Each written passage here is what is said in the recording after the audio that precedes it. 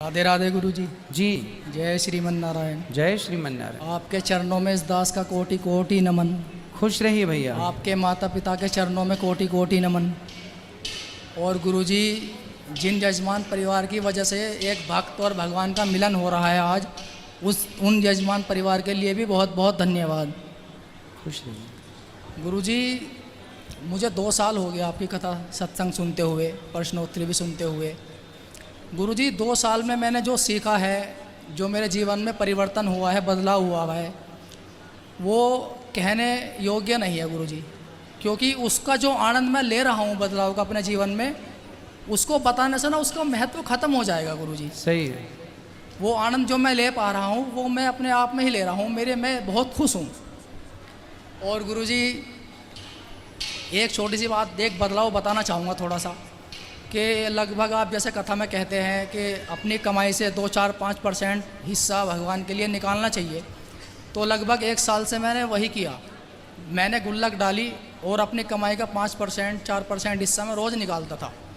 मैंने कहा जब भी मैं जन्माष्टमी पर जाऊंगा, भगवान से अपने आप से मिलने के लिए जाऊंगा, अपने माता पिता को दर्शन करा के लाऊंगा आपके, तो जो पैसा गुरुजी मैं शराब में खर्च करता था पीने में, उस पैसों को मैंने शराब में ना खर्च करके माता पिता को अपने यहाँ पर लेकर आया हूँ। और जो पैसा बचेगा गुरुजी, वो मैं जो यहाँ की मैंने सेवाएं देखी हैं कि उसको आपकी उन सेवाओं में देकर जाऊँगा गुरुजी। सुंदर सुंदर विचार हैं भैया के, तालियां बजाइए। कल आपकी माँ भी आई थी और माँ ने बात की, और बात करते करते वो भावुक हो गई। मतलब माँ यही चाहती है कि मेरा बेटा सही राह पर चले। ये आप गलत राह पर थे पहले, पर आपने सत्संग किया तो आप सही राह पर आए। इसके कारण आपकी माँ बहुत खुश है। पिताजी भी आए थे, बुआ जी भी आई थी, वो तो आज सुबह चले गए जी। मैं और मेरी पत्नी अभी यहीं पर हैं जी।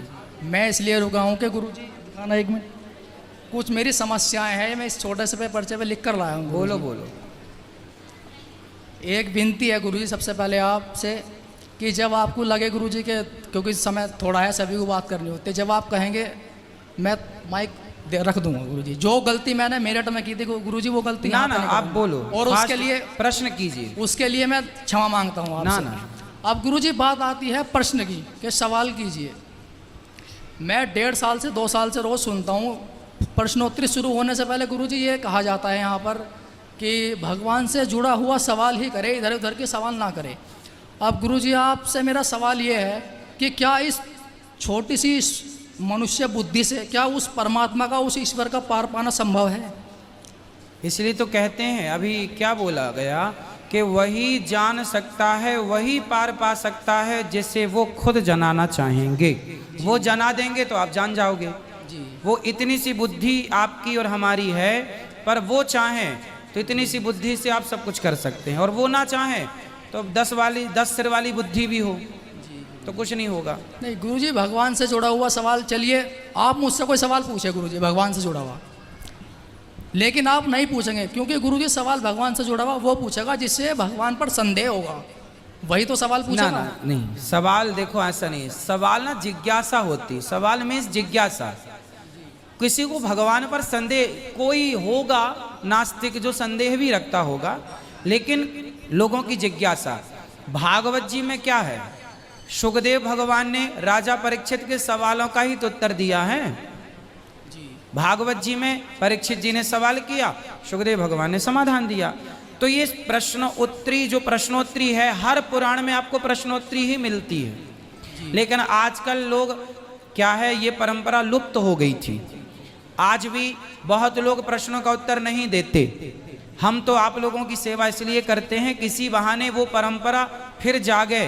और आप लोग सवाल क्या है, कुछ लोग ऐसे होते हैं, नहीं नहीं सवाल मत, क्योंकि प्रश्नों का उत्तर आना भी तो चाहिए। अब जैसे नहीं आएगा वो कहेगा नहीं नहीं। अब जैसे अभी मैया ने बोला कि मेरा बेटा बड़ा जिज्ञासु है, पूछता रहता है। अब जब पूछता रहेगा और आपको नहीं आएगा तो आप परेशान हो ही जाएंगे, अरे वो पूछ रहा है जो आते ही नहीं।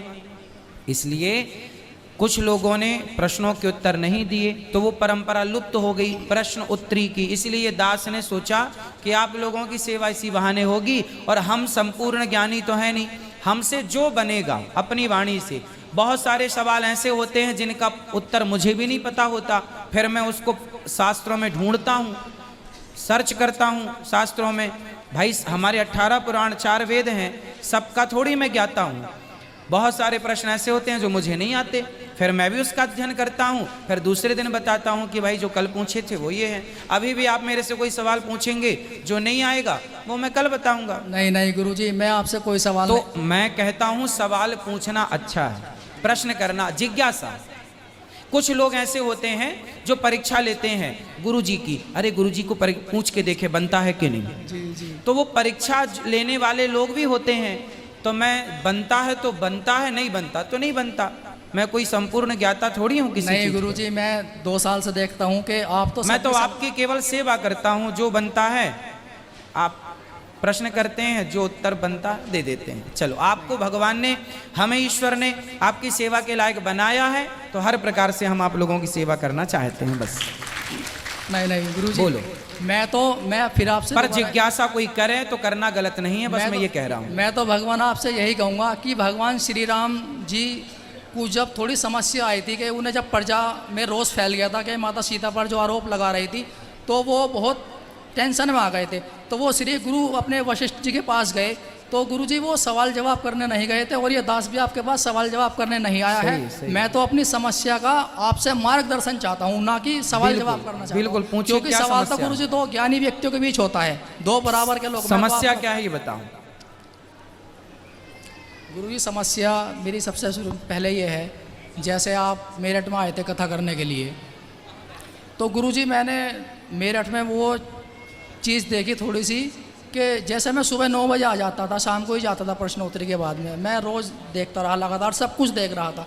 गुरु जी क्षमा चाहूँगा, मैं भगवान से जुड़ा सवाल नहीं करूँगा, क्योंकि मैं अपनी बुद्धि से मैं तो इंसानों से जुड़े हुए सवाल आपसे थोड़ी मार्गदर्शन। आपकी जो समस्या है वो बताओ, जल्दी बताओ। जी जी, सबको थोड़ा मौका। तो मैंने देखा गुरु जी, मैंने मतलब कुछ ये देखा गुरु जी, जैसे मेरठ में ही हुआ था ये, सब जगह बाहर जैसे आप कथा करना चाहते हैं सब जगह ऐसा होता है। गुरु जी कहते हैं कि जैसे कथा कराई यजमान परिवार ने मेरठ में, तो 2 गेट से एंट्री हो रही थी गुरु जी, पीछे वाले से आगे वाले से। मैंने देखा कि जो वो जाल लगा होता है बीच में, तो उसके आगे जो यजमान परिवार के जो भाई मिलने चिलने वाले होते हैं गुरु जी, जो जिन्हें VIP कह देते हैं, तो गुरुजी मुझे एक चीज़ वहाँ पर समझ में नहीं आई कि जो लगभग आप ये मानिए कि 100 कुर्सी आगे हैं जाल के आगे, उन 100 कुर्सी के पीछे गुरुजी मैंने वो लड़ाई देखी है वहाँ पर कि जो आपके कार्यकर्ता थे गेट पर वो भी परेशान, और जो भक्त देर से आ रहे थे 1 बजे 2 बजे 12 बजे वो भी भीड़ लगाए मतलब परेशान थे।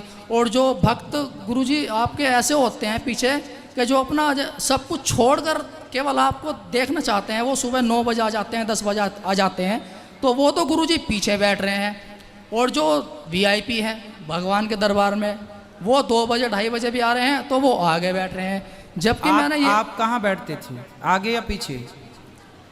गुरुजी पहले ये बताओ, आप कहाँ बैठते थे, वहाँ आगे या पीछे? मैं तो गुरुजी आगे ही बैठता था। तो आप वहाँ VIP थे?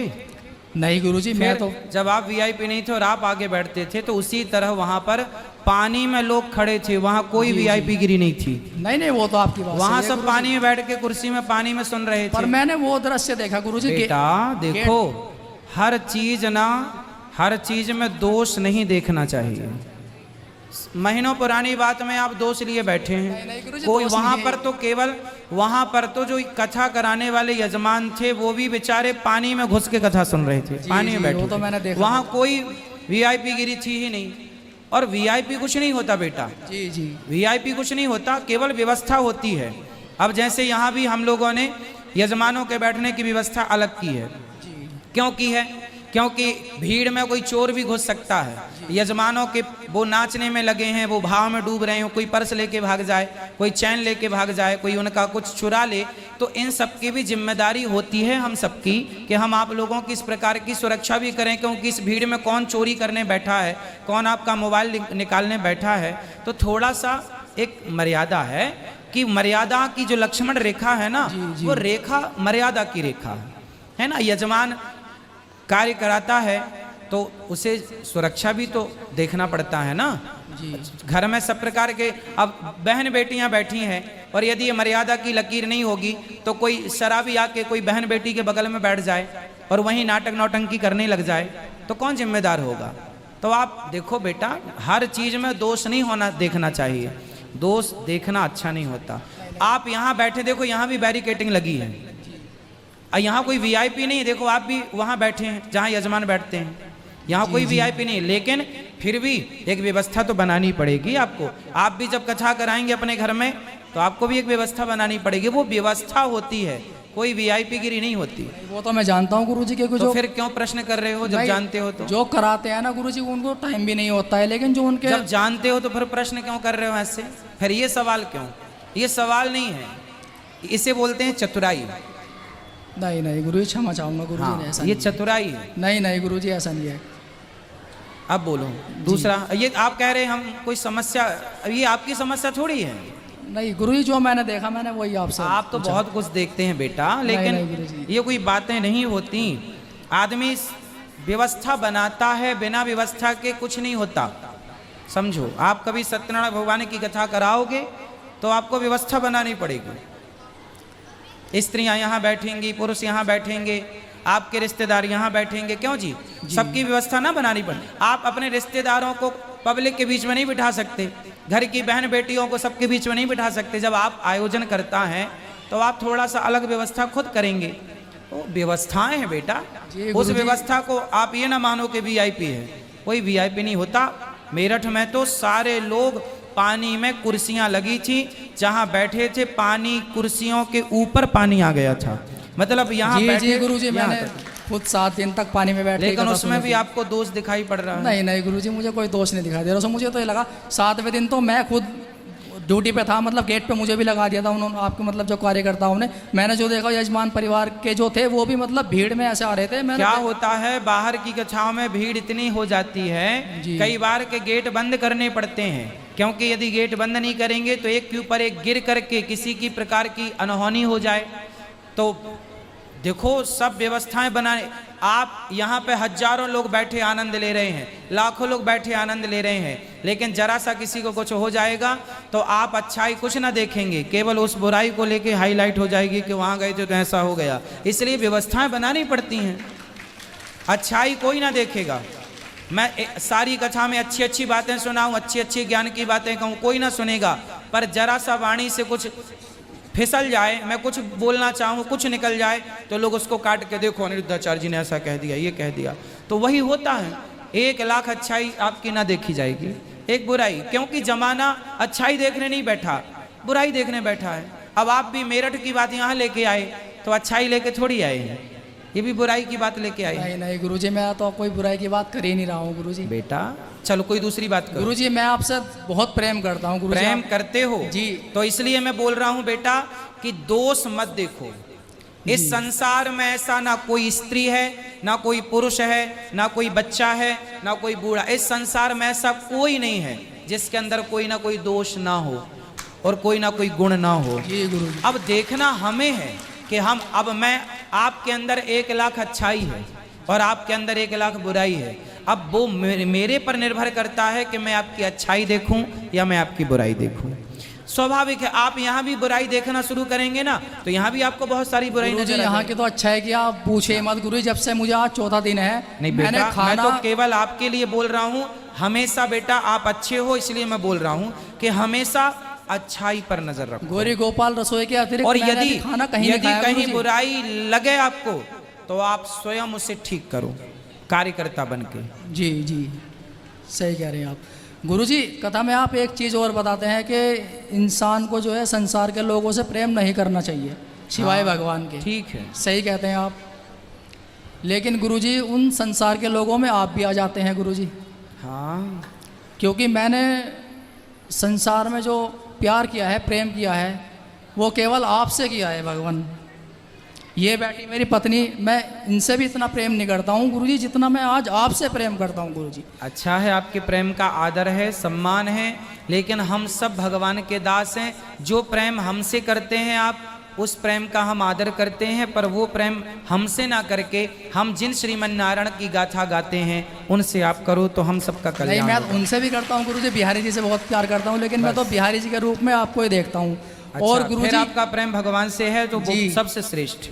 सबसे पहले आप क्या आते हैं गुरु, जैसे आप व्हाट्सएप के ज़रिए, यूट्यूब के ज़रिए, टीवी के ज़रिए आप एक भक्त के दिल में उतरते हैं गुरु जी। फिर आपसे एक भक्त को इतना लगाव हो जाता है कि धीरे धीरे आप उसके शहर तक कथा करने, अपना दर्शन देने खुद चल कर आ जाते हैं। तो गुरु जी जो मैंने अपने जीवन में 7 दिन जिए वो सबसे आनंदित 7 दिन वही जिए जब आप मेरठ में आए थे। लेकिन गुरु जी आपसे मिलने के बाद में और आप मुझे ऐसे छोड़कर चले गए गुरु जी वहाँ से, और हद तो तब हो जाती है गुरु जी जब कथा करने आप आते हैं 7वें दिन और बाद में ये कहते हैं कि मिलन आज तक था हमारा तुम्हारा। ये तो ऐसी बात हो गई गुरु जी जैसे जले पर नमक छिड़क दिया हो गुरु जी। एक भक्त आपसे इतना प्रेम कर रहा है और आप कह के जा रहे हो कि मिलन आज तक था हमारा तुम्हारा। बिल्कुल, वो वहाँ पर कुछ लोग ऐसे होते हैं जहाँ जाते हैं कि वो अत्यधिक वृद्ध होते हैं, तो वहाँ अब उनसे कभी मिलना दोबारा हो ना हो, इसलिए उनको कह देते हैं कि भाई आज तक मिलन है, जितना कथा का आनंद लेना है आज तक ले लो, अब दोबारा पता नहीं। और बाद में ये भी कहते हैं कि भगवान चाहेंगे तो दोबारा भी मिलेंगे। आगे की लाइन में ये भी है। ठीक, सही कह रहे हो आप गुरु जी। हाँ जी गुरु जी, अब एक छोटा सा पूछना चाहता हूँ सवाल। ये गुरु जी के आप कहते हैं कथा में कि जो गुरु जी विदुर जी थे महाभारत में बहुत बड़े ज्ञानी थे, और उनसे कई गुना ज़्यादा ज्ञानी पितामह भीष्म थे। तो गुरु जी भगवान को लेकर मेरे मन में एक संशय है, वो भी मेरी बुद्धि की नहीं है गुरु जी। पितामह भीष्म ने जो सवाल भगवान से किया था वही एक बार मैं फिर से आपसे पूछना चाहता हूँ, उस मेरा मार्गदर्शन कीजिएगा गुरु जी। जब पितामह भीष्म बाणों की सैया पर लेटे हुए थे तो तब वहाँ पर भगवान जी आते हैं श्री कृष्ण। तो पितामह भीष्म पूछते हैं कि हे केशव, कि इस महाभारत के युद्ध में जो हुआ क्या वह अच्छा हुआ, क्या वह सही था, और अगर सही था तो इसका आने वाली पीढ़ियों पर क्या प्रभाव पड़ेगा, इससे आने वाली पीढ़ी क्या सीखेंगी। तो गुरुजी इस दास का मार्गदर्शन कीजिए। ये तो पितामह भीष्म कई बार बताए कि मेरी बुद्धि का सवाल नहीं है, बताए कई बार हम कि महाभारत से आप क्या सीख सकते हैं। महाभारत से ये सीखो कि बाप धृतराष्ट्र जैसा ना हो, महाभारत से ये सीखो कि बेटा दुर्योधन जैसा ना हो, महाभारत से ये सीखो कि जुआ कभी नहीं खेलना, जुआ खेलोगे तो सर्वनाश होगा। कौरवों ने जुआ खेला, सर्वनाश हुआ। पांडवों से सीखो कि उन्होंने भी जुआ खेला तो 12 साल का वनवास, 1 वर्ष का ज्ञातवास हुआ। महाभारत का प्रत्येक चरित्र नहीं गुरुजी, ये नहीं। जो पितामह भीष्म ने पूछा था कि जो इसमें युद्ध में जो छल हुआ है, कि छल से जैसे गुरु द्रोणाचार्य की मृत्यु आपने आज कथा में बताया भी था गुरुजी, जरासंध को, कर्ण को, दुर्योधन को, मतलब छल से जो ये हुआ है क्या ये सही हुआ? हाँ बताए, तो आज ही तो बताए। नहीं बताए हैं गुरुजी। अधर्मी को अधर्म से मारना ही धर्म है जी। उसके लिए धर्म नहीं देखना पड़ता कि तुम्हें छाती पे ही बाण मारेंगे। आतंकवादी है तो उसे छाती पे बाण गोली लगे या सिर पे गोली लगना चाहिए। अब ये थोड़ी देखें भाई तेरी छाती कहाँ है, पहले छाती दिखा, तब तक तो वही ठोक देगा तुम्हें।